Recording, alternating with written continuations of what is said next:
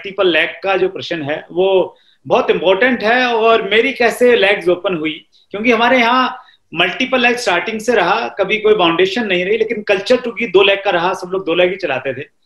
तो मेरे साथ ये हुआ, स्टार्टिंग में जब हम लोग जुड़ते हैं ना तो मालूम नहीं होता किसकी लेग चलेगी किसकी नहीं चलेगी।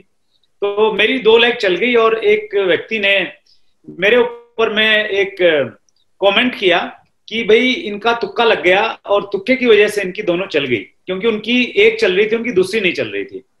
तो उस चीज को मैंने बड़े पॉजिटिव वे में लिया। मैंने ये सोचा कि शायद ये ठीक कह रहे हैं, मैं अपने आप को चेक करता हूं मेरा तुक्का लगा है या मैंने चलाई है ये। तो वो अपने आप को चेक करने के पॉइंट ऑफ व्यू से मैंने एक तीसरी लेग और स्टार्ट की, ऑनेस्टली अपने आप से, अपने आप को प्रूव करने के लिए। और वो की और उस पर मेहनत भी की, एक बर्निंग डिजायर भी थी कि यस करके दिखाना, वो जो वाली फीलिंग थी। तो वो तीसरी लेग भी स्टार्ट हुई और इसी प्रकार से फिर सतीश पंडित जी जब ज्वाइन हुए, वो आए तो उन्होंने बोला कि सर मैं डायरेक्ट आपके साथ में जुड़ना हो चाहता हूँ। फिर चौथी भी स्टार्ट हो गई और ऐसे करते करते पांचवी भी स्टार्ट हो गई। तो एक बहुत बड़ा बिजनेस हम लोगों ने क्रिएट किया। और देखिए मैं दो चीजें कहना चाह रहा हूँ इसमें। पहली चीज तो मल्टीपल लेग के बहुत सारे बेनिफिट हैं। एक तो मल्टीपल लेग पे अगर आप जाते हैं तो बिजनेस को हम लोग इंडिपेंडेंट बिजनेस क्रिएट कर सकते हैं। तो 2 लेग वाले कल्चर में कहीं ना कहीं एक अपलाइन हमेशा हमारे ऊपर रहता है, तो उससे नीचे वाली लीडरशिप उतना ज्यादा नहीं पनप सकती।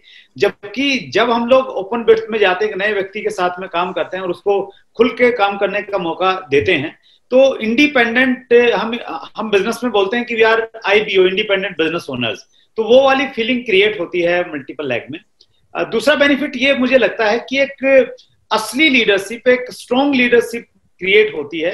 क्योंकि जब एक अच्छा लीडर है वो अगर किसी के साथ में काम करके एक नया ग्रुप स्टार्ट कर रहा है, नई लीडरशिप के साथ में काम कर रहा है, तो उसका डुप्लीकेशन वहां पे हो रहा है।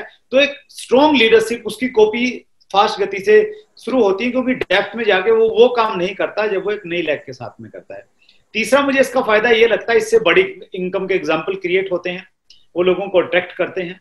चौथा फायदा मुझे ये लगता है कि जब सीनियर लीडर्स ग्राउंड लेवल पे जाके काम करते हैं तो वो ग्राउंड लेवल के इश्यूज को जान पाते हैं। ऊपर उन्हें कोई सिस्टम बनाना होता है तो ग्राउंड लेवल की सारी इंफॉर्मेशन उनके पास में है, तो सिस्टम बेहतर तरीके से डिजाइन कर सकते हैं। तो बहुत सारे बेनिफिट्स हैं। तो मैं तो हमेशा इस चीज की प्रशंसा करता हूं कि ओपन बिट्स में हमें काम करना चाहिए।